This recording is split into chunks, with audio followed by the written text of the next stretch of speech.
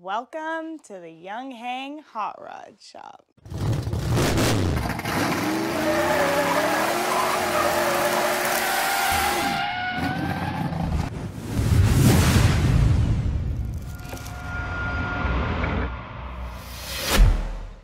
Hello everyone, my name is Bill Rule and I'm your host here in the Young Hang Hot Rod Shop today. We are going to explore the purchase and setup of the CS4, the first time ever in the Young Hang Hot Rod Shop. I would like to thank the generous folks that support this effort directly. It is through their support that I am able to bring you this content on the GX CS4 today.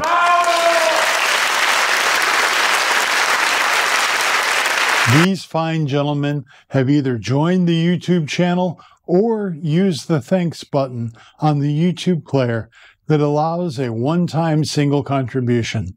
No better way to support me. Well, maybe coffee. I'm always up for a coffee. When you are ready to buy a GX compressor or anything on Amazon, please use my links. They keep this content coming and do not cost you a dime more. An honest-to-gosh win-win. One thing I'd like to address with the Young Hang Hot Rod Shop audience is my relationship with GX, the actual company that sells on Amazon that goes by the name Ankle. This company appears to be led by or fronted by an individual that uses the name Jason Song. I actually have no relationship whatsoever with GX. I have tried. I have offered to rewrite the terrible English on their ad copy and bring some level of Western understanding and my engineering knowledge to the public-facing brand. They told me I should provide that for free. What? 20 years of engineering experience and leadership for free? Nope. Sorry, Jason. I'm embarrassed for you. They even offered me a deal to sell for them via affiliate links directly to their website. It would actually pay more money than Amazon does, nearly double per sale. My issue with that is leaving my fellow airgunners without the protection of the 800-pound gorilla that is Amazon. I have always believed that Amazon will intervene and secure the rights of the purchaser. I've personally watched it happen again and again. I've personally been on both sides of that. Say what you want about the phallic rocket guy. They are very customer-centric. I do have a relationship with the company that actually manufactures the GX line of compressors. And I get the parts I sell directly from that company, not GX, which is just a brand. I believe that the company that designs and makes the GX compressors makes some of the most reliable, reasonably priced, portable compressors in the space. That is the only reason I do what I do. The comments that GX makes in an effort to market their product often come from a place of ignorance or language issues. Jason is a sales guy. His understanding of engineering is something you all would be wise to be wary of. But remember, he is just a sales guy. Thankfully, he's not the guy designing and making these units. I was unable to convince Jason of the value I could bring to him, and that's okay. I love to help the airgun community with parts and service guides right here on my little piece of the YouTube universe. And that is exactly what we are going to do today. Let's start to unravel this onion by looking at the Amazon listing for the CS4. This is the opening salvo from the Amazon page that loads when you go to the CS4. And, nothing really new to see here. But as we get into the individual photos, I'll kind of pick them apart a bit more. Okay. This one here is actually pretty honest. It says it's got a 110 volt home outlet option. That's true. It'll run on 12 volts off a vehicle or off their included AC switching power supply, which, by the way, you got to be careful when you use this stuff because this equipment that they supply for AC power is actually intended to go inside something with certain protections. This is you know, the output terminals are open on this thing. So be mindful of that and be careful when you use it. Now this one cracks me up because the airflow coming out of the heat dissipation hole, which is kind of like calling your mouth a pie hole, is actually going the wrong way. Air actually flows into this and flows across the compression cylinder. So no bueno here, Jason. This is absolutely wrong. But anyway, moving on. Now here we've got the thing that I hate the most. First of all, the proportions on this photo are terrible. We've got a truck here, and we've got a giant compressor in front of it. If you had to lug that thing around, you'd need gorilla arms. But anyway, it also shows an oxygen bottle in this photo, which obviously whoever put this together did not know what they were doing. And the hood looks really weird. But anyway, all of that aside, I hate clip leads, so I definitely recommend connectorizing any compressor you get. So this next photo, this to me was the biggest thing. A 350 watt upgraded powerful motor. If you watch the video in the video section on the Amazon links, you get a guy that talks about, I think his name is Big Moose. He talks about the conversation he had with Jason, and Jason said the reason it's quieter is because it's more efficient. Well, we've got a 350 watt motor, which versus the old one at 250 watts. That means that it uses 40% more energy and only gives us 15% faster fills. So that's not efficiency, friends. But, you know, I'm just being picky.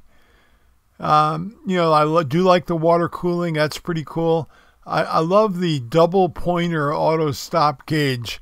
I can tell you on the one I'm looking at in my shop, only one set of wires is going to one set of contacts on this. So the second needle doesn't do anything for you that I can tell. And they misspelled external. There's not two E's in external, Jason. But anyway, again, that's just me being picky. Now this one is absolutely horrible.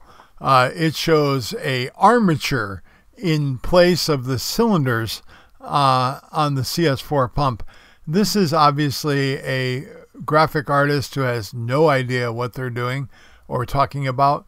And the armature is in exactly the same place that it is on the CS2 and CS3, and is not, in fact, where the air compression cylinders are, as is shown in this image. So I don't know what was going on here or why they thought this image was a good idea. But anyway, back to the Amazon link or the Amazon ad. And I think you can see in the video section, if you go down to the videos, you'll find some videos, one of them from Big Moose, where he talks about Jason telling him about the miraculous efficiency, which doesn't actually exist. Now, none of this takes away from the CS4. It's still a great little unit. What cracks me up, though, is the lengths that marketing goes to try and convince you that this is a good spend. And they really should just stop and let people in the airgun world do this work for them. So, even after all that, I still trust the company behind GX to get the important facts right. So I purchased the CS4. Shortly after being told I would receive my unit the next day, I get a message from the seller that there is an issue with my shipment. Uh-oh. Well, let's take a look at that message together. Okay, so I finally pulled the trigger on my new CS4, which, believe me, I need another compressor around here like I need a hole in my head. But, you know, hey, you guys been asking me about it, and I'm not going to talk about it unless I've actually touched one. So here we go. Immediately after ordering it, I get this message that Enkel has encountered an unexpected problem with completing my order. Oh no, what's going on? Well, let's read the message. It really isn't an issue with shipping it. That's all going to work out just fine because Amazon actually handles that for them. But anyway, we learned that this is really just him talking about what he's going to do for us. And he says, we will provide lifetime after-sales support. Well, that's interesting. I don't know what his idea of support is, but the warranty certainly isn't lifetime, so I don't know where he's going with that. And for the first-time usage, he recommends 500 milliliters of pure water. You're never going to get this much water in the system, even if you completely flush it, which I had to do because my system was jammed with more gook and floaty bits. And I'll throw some images in here so you can see them. But, man, it was disgusting. So I purged this whole thing out, and I refilled it with good, clean water. And I use water wetter. But Jason here recommends this antifreeze. But when you go to this link for the antifreeze, it's already diluted. It's a pre-diluted product. But here he's recommending this dilution ratio up here. So holy confusion there, Jason. This is really a bad way to tell this story.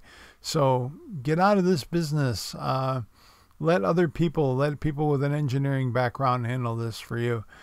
But anyway, we get to this grease knob on here, and this thing baffles me because we really don't learn anything more about maintenance on this thing other than turning this at some point. And then after the unit starts to slow down, turn it again. This is ridiculous. There should be regular service intervals clearly called out. So yours truly is going to work on that for you, friends, and give us a better chance at making these units last.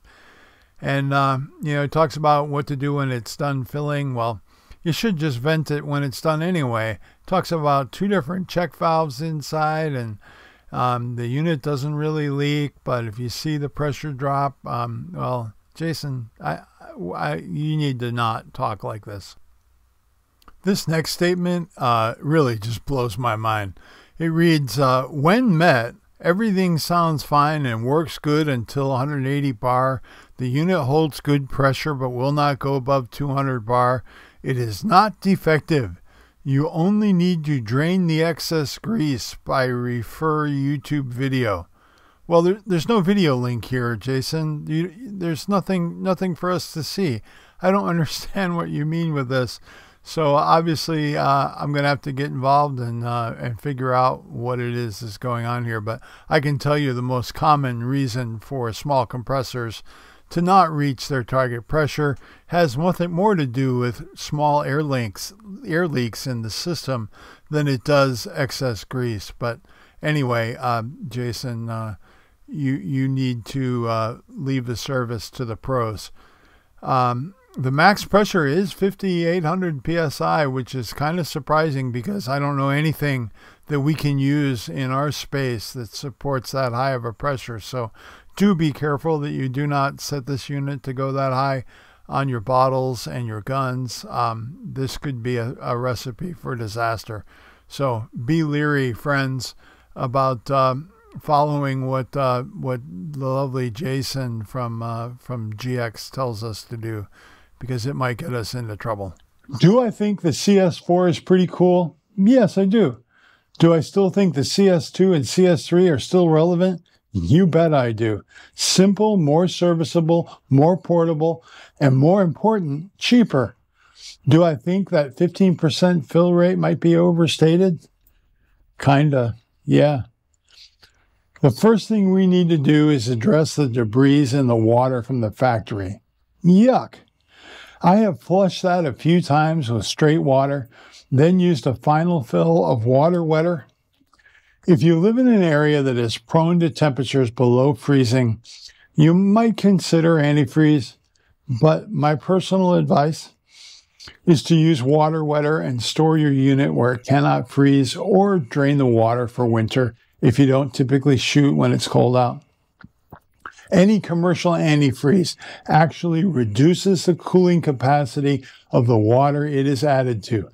Do not take Jason's advice on this. Maximum cooling effectiveness will be with plain water and a product like wetter water. Let's talk about coolants really quick. I want to take a minute and address the elephant in the room.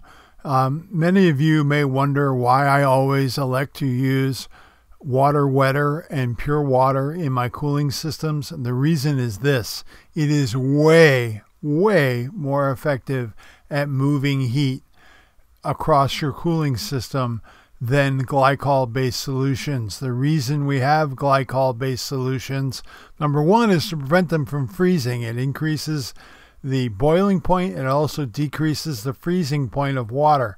That's why we use it.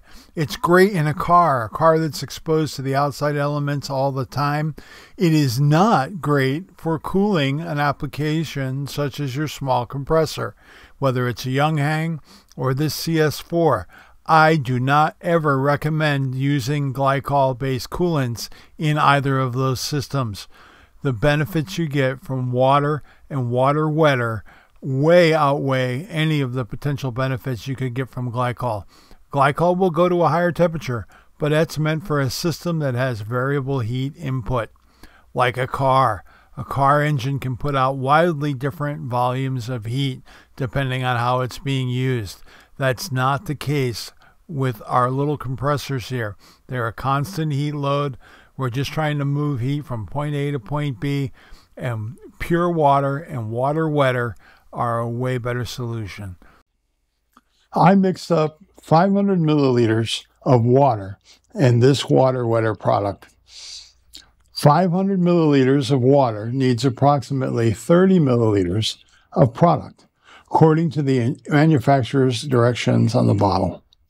As you can see, it barely took half of that to fill the system, and I purged the entire system. Let's run a deadhead test and record that value so we have it for the future.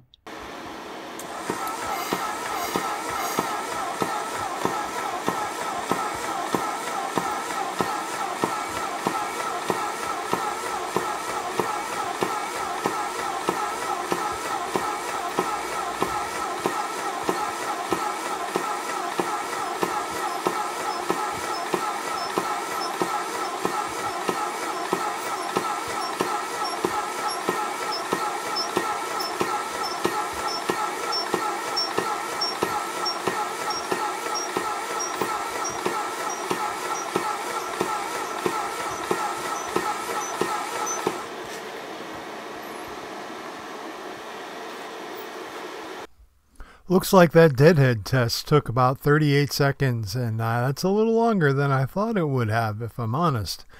And I would like to see if any of you all have results from your CS4s for the deadhead test. List them down in the comments so we can all look at them and see what might be happening here. But I was really astonished to see this test take that long. One other thing I noticed was about a 150 to 200 psi delta between the pressure reading on this CS4 unit and my calibrated reference gauge. In our next episode, be sure you are subscribed so you don't miss it. I will show an easier way to install an hour meter, and we'll look at the actual fill rates from the CS2, CS3, and CS4. We'll compare all three. This half-liter bottle will be the test load, so the volume will be identical from unit to unit. Check out the Airgun Geeks podcast, available right here on this channel, also on the Airgun Geeks YouTube channel, and anywhere audio podcasts can be found. Turn that time sitting behind the windshield into time immersed in the airgun world. I'll see you back in the Young Hang Hot Rod shop real soon. Be a light in the darkness and go fly some pellets.